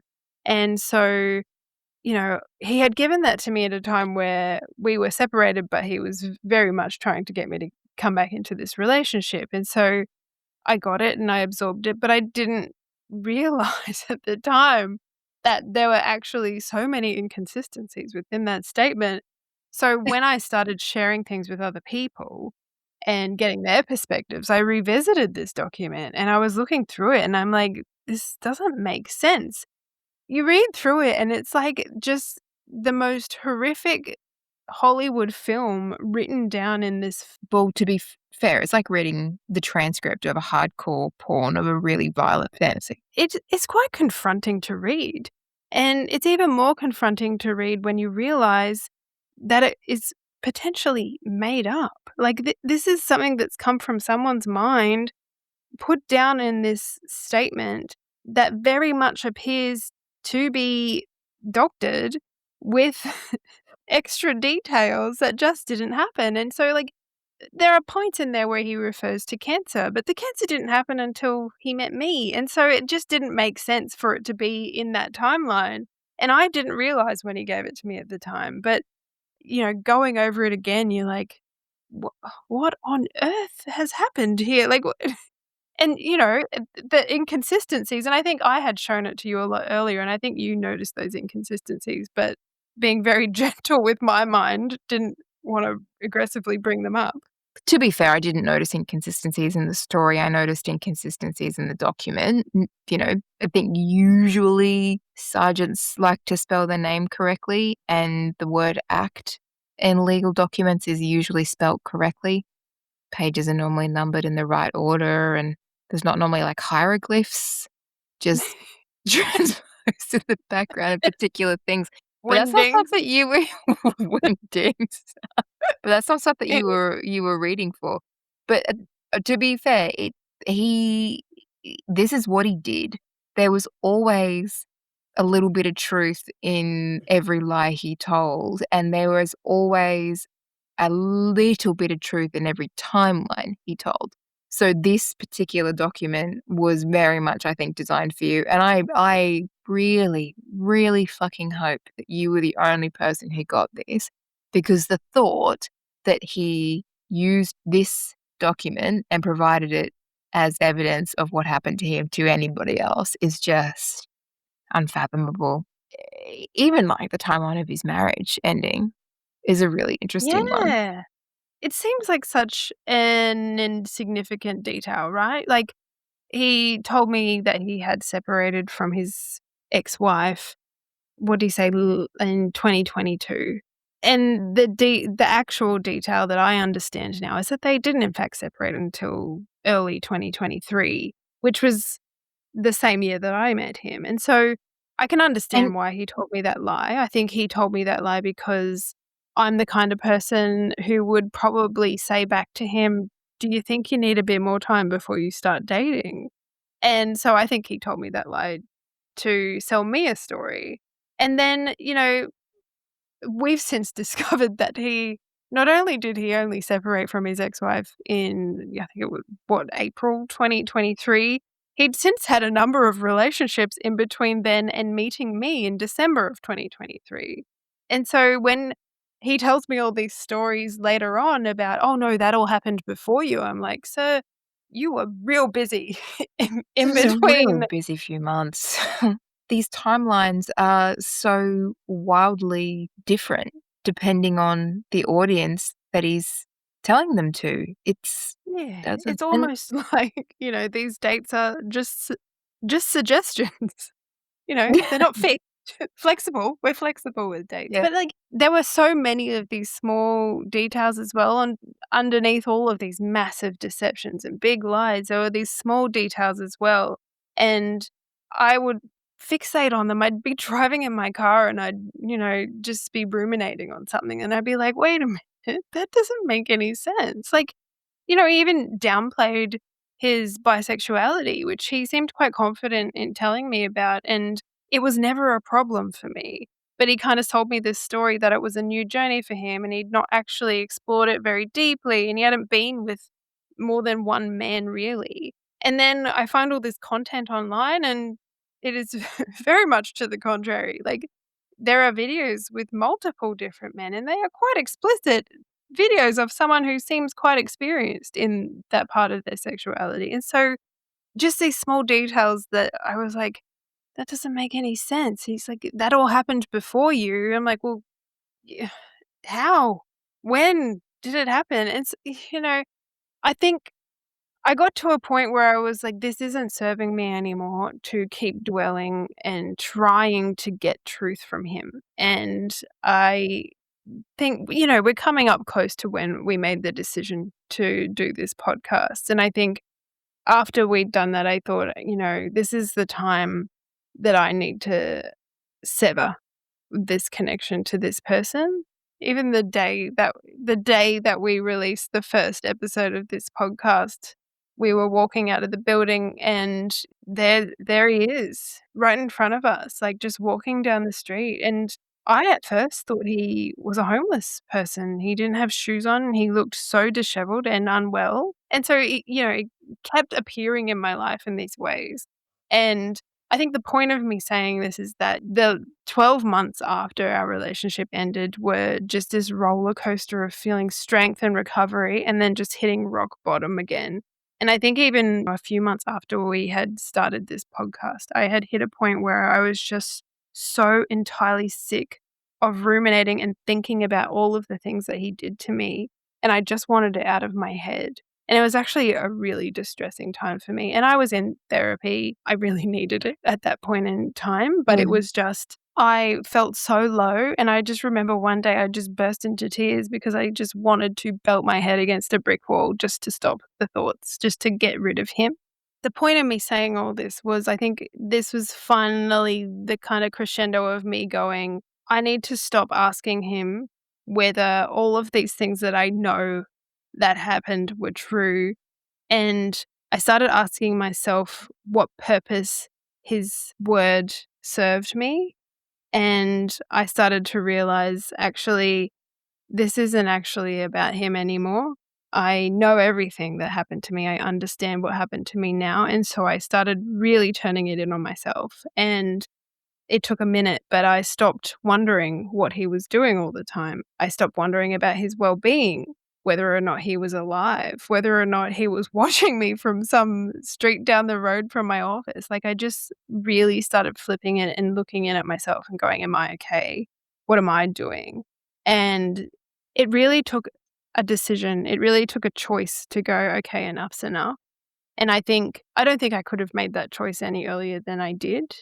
And there were a few slip ups, that's to be expected. But after I made that choice, I've started noticing things shifting in me. Like my sleep came back. I think that was a huge win for me and a big sign of recovery. It was like, holy shit, I'm sleeping really well again. I'm getting a solid 8 hours a night. And that was really important to me. And then I started noticing I wanted to be around people again. It took a long time. I hated going anywhere. I didn't want to talk to people. I hated socializing. And now I really want to get out and I want to see my people and my friends again. Now I notice that when I'm telling this story, and particularly today in this episode, I'm noticing that I tell the story of what happened to me, not what his pathology is, what's happening for him. And that's a really important ending, I think. I completely agree with you. And I think the way you have told this story and the reason you told this story is really important. And I think you've highlighted how complex it is to be a survivor of coercive control, and I think of domestic violence more broadly. I'm going to ask a couple of questions because we did ask our listeners if there was anything we could answer for them. Why did you decide to tell this story publicly? I think it was a number of reasons. Now, having done it, I think the fact that you can't explain this kind of relationship in 20 minutes, it needs time and it needs care. And so a long form podcast seemed like the appropriate place to do that. Did it recording the podcast, the actual action of recording it, did that help your healing or did it reopen wounds? Sometimes I thought it was the stupidest thing I could have done because I have gone back over things when it happened at the time, kind of didn't consume them in the same way. And it's kind of been a little bit traumatic going back. But I think that was really important. I think this would have hit me anyway. I think this has just been a structured way to do it and a safe way to do it, in a way to sort of look at it, dissect it, understand it, and then move on. And in that respect, it's been incredibly helpful. Another question we got asked was if we know if this is a pattern of behavior for him, if he has been like this before with anybody else.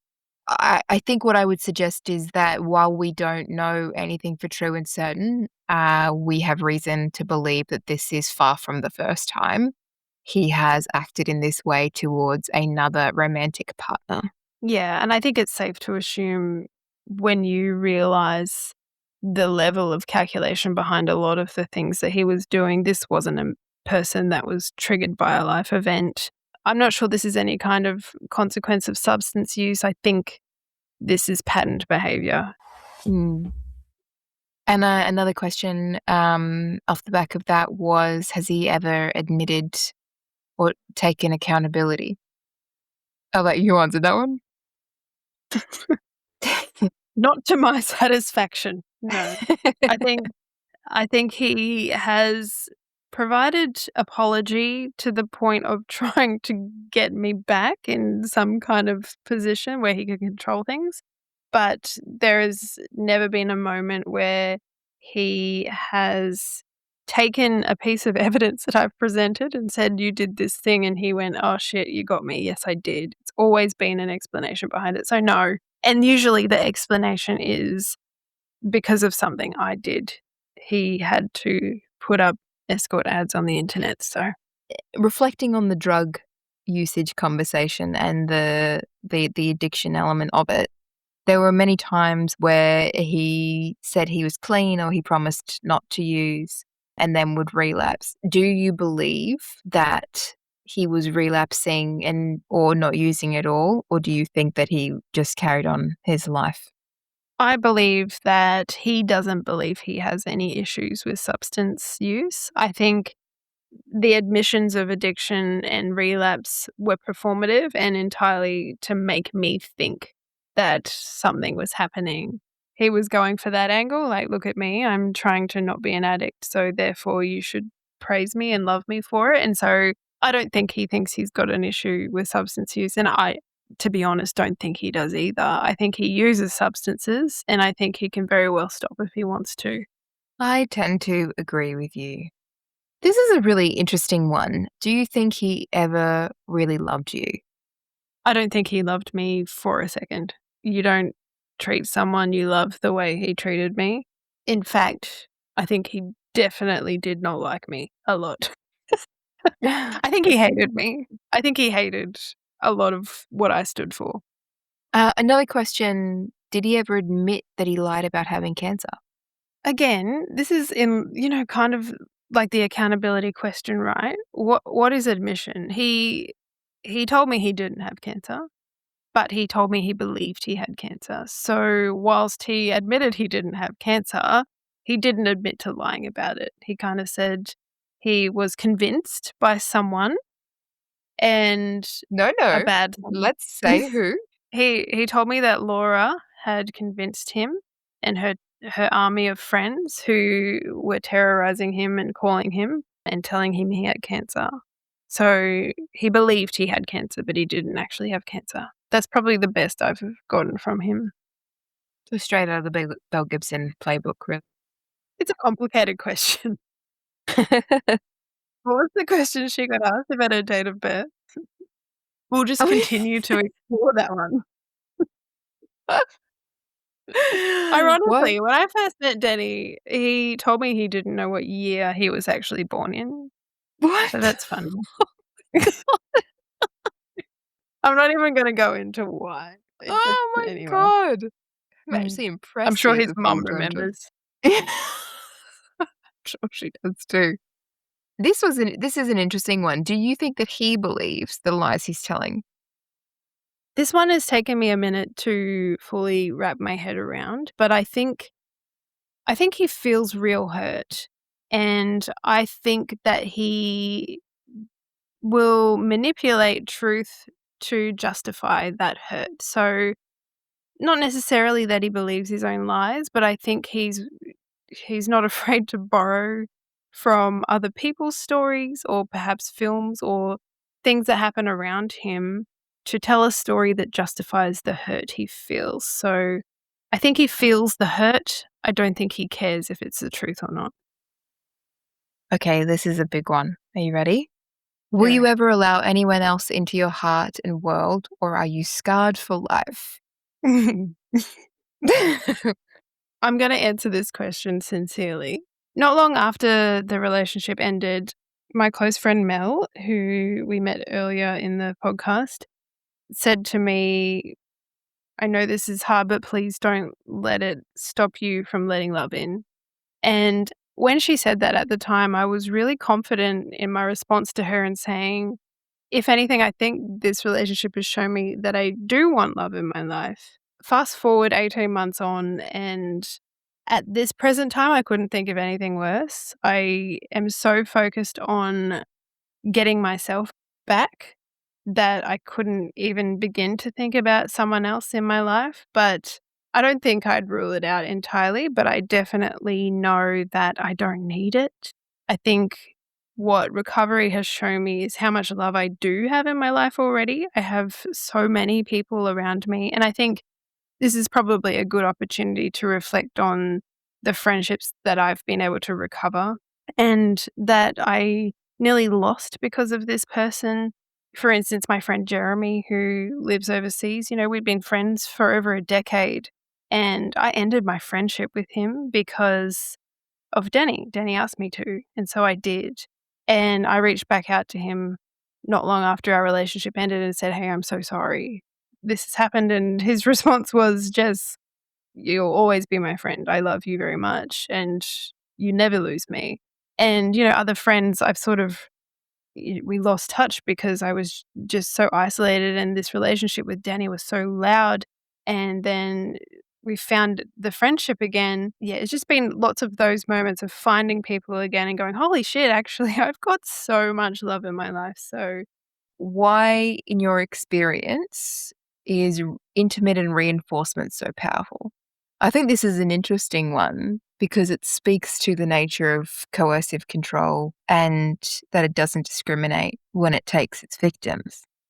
it's something that happened in different ways throughout the entire relationship, right? Like, very early on, you think about conditioning, and he was really good at it in the beginning, in that he would reward me for things that would make me feel safe and close to him. So, my knowledge of culture and his culture in particular, he would reward me and say things like, "Oh, it feels like you're actually part of my culture. You're actually from there." Like, just so small little pieces of reward, and then it got to the point where you look at the end of the relationship and it was kind of this withdrawal of love and care, and it was particularly important because he learned about my vulnerabilities and my insecurities quite early on. He knew I was an anxious person, and he knew that I, had a bit of performance anxiety, and so he'd say things to me early on like, "I'm gonna show you how wonderful you are, and I'm gonna help you show the world how wonderful you are."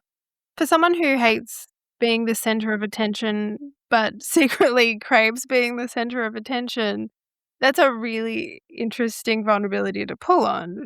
Someone promising you the confidence to get the thing that you are too scared to get has a huge effect. Even me as a, what was a 38-year-old woman who thought I had landed in a place of independence, and he's suddenly presenting to me, "Actually, no, you've still got a bit of growing to do, and I can help you do that." And then you get the converse of, the punishment, and he's not reinforcing behaviors anymore, he's just punishing me Mm. because I'm not doing what he wants me to do, and so I'm just craving the withdrawal of that punishment. So I think it's what got me.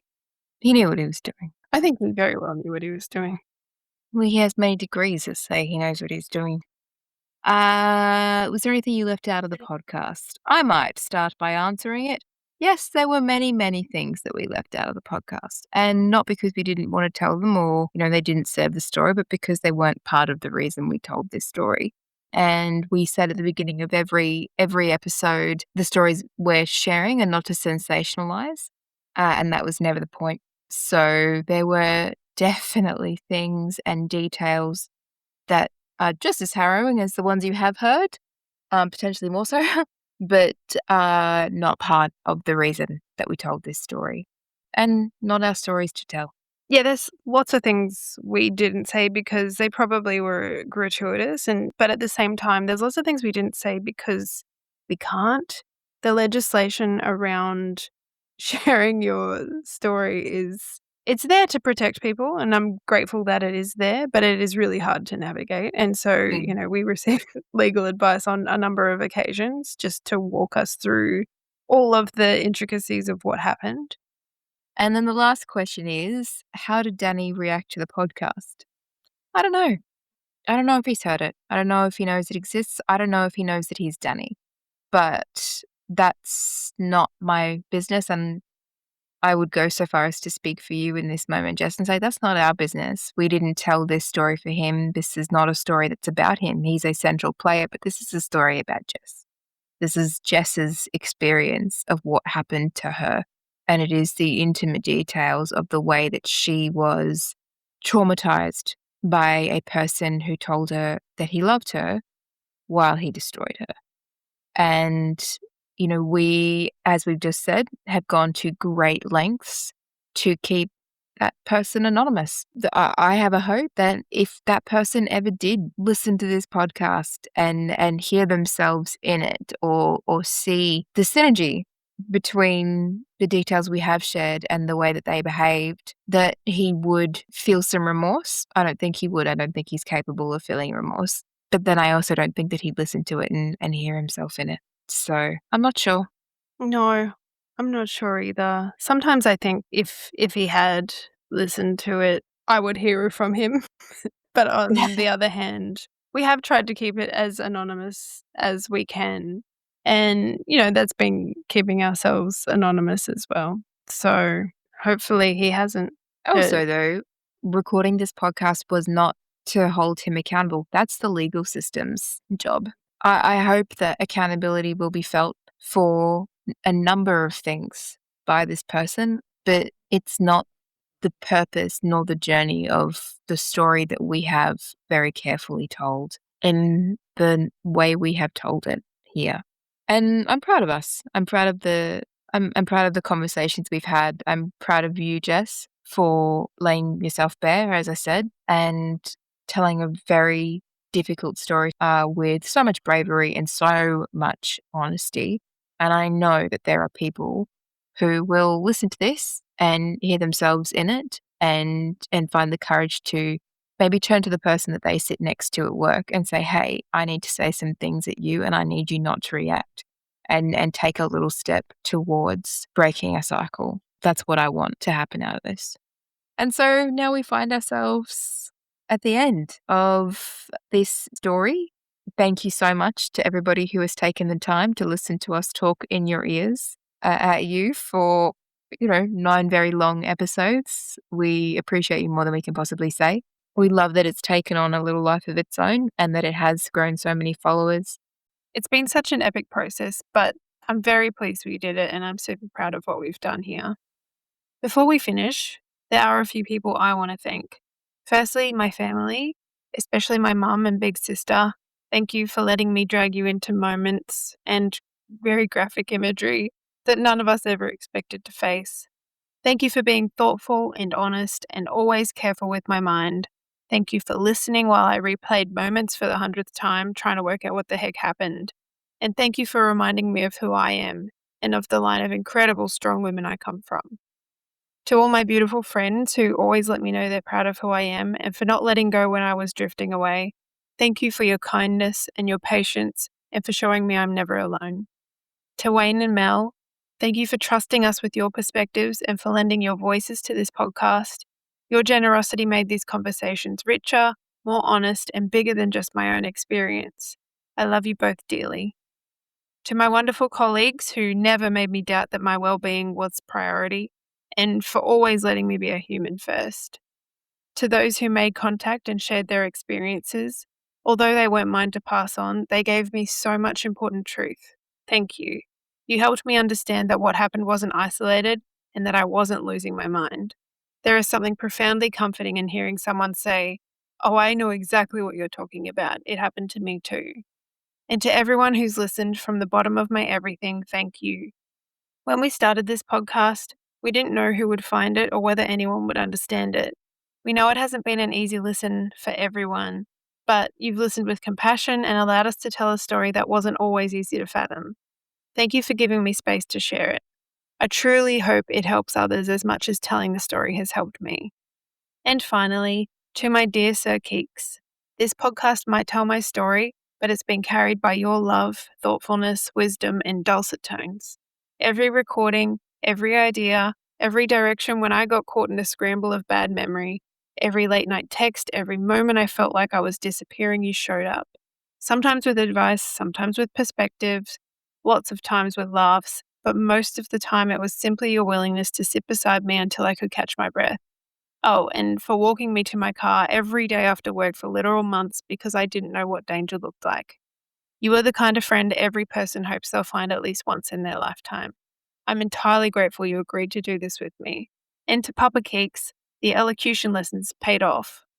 And with that, I think there's only one thing I have left to say. This podcast began because there were so many things I never got to say out loud. A lot of them I've said over these 9 episodes, but there's one conversation with one person that I've carried with me from the very beginning. So I'd like to finish with this. To Danny, for 18 months I've been waiting for the moment the tether breaks. The moment I stop wondering and looking back and imagining a different outcome. I thought being healed would arrive as a clean severance. A day when I would wake up and have forgotten how much I once cared about it all. Where I seldom thought of you and was no longer tangled in that invisible string I felt tightly knotted around us both. But that hasn't happened, and I don't think it ever will. Not because I'm forever tied to you, but because I don't think the tether ever existed. Or at least not in the way that I imagined two objects being attached to one another, destined to suffer the same pulls and jolts for eternity. I think instead I was just struck by the vibrations of your choices. And the further I move away from them, the weaker the vibrations get. There's still a duality I struggle to reconcile, a coexistence of two incompatible truths. The first being that you nearly destroyed me. You hurt me more than anyone ever has. You lied, you manipulated and betrayed my trust. You brought chaos and pain into my life and left me carrying consequences I should never have had to carry. I know I didn't deserve it, and I know I wasn't responsible for your choices, and I know the things that happened were real and they were not okay. But there's this other truth that sits alongside it. I felt loved by you. I wanted a life with you. I wanted to wake up beside you for the rest of my life. I wanted to know your family and your children. I wanted to build something steady and ordinary and beautiful together. And I'm furious that you destroyed that. Not because I think we're destined to be together, but because I know how much of myself I was willing to give to you for that future, how much I did give to you.